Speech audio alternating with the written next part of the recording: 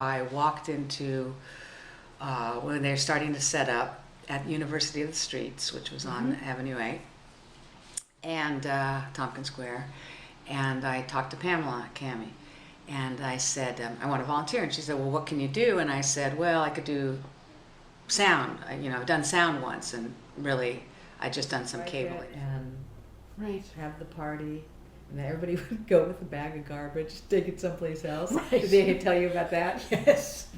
Well, because early on, at 11th Street, actually, Peggy and I went down to the thing. You have to have a garbage pickup. Right. But we fought this thing and said we were a gallery and that we only had like one little bag of garbage and that we would take that to our house. And so we got because it's the mob that runs the thing, and so we were gonna pay a lot of money to have garbage picked up. Right. So we never had legal garbage.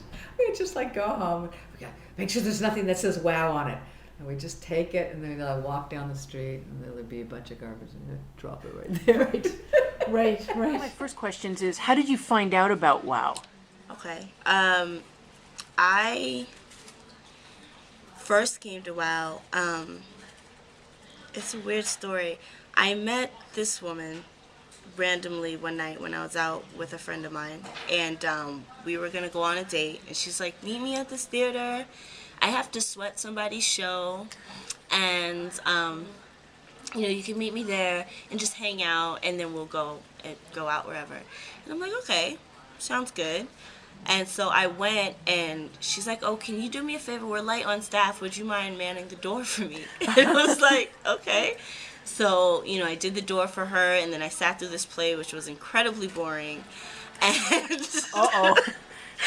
was, I fell asleep.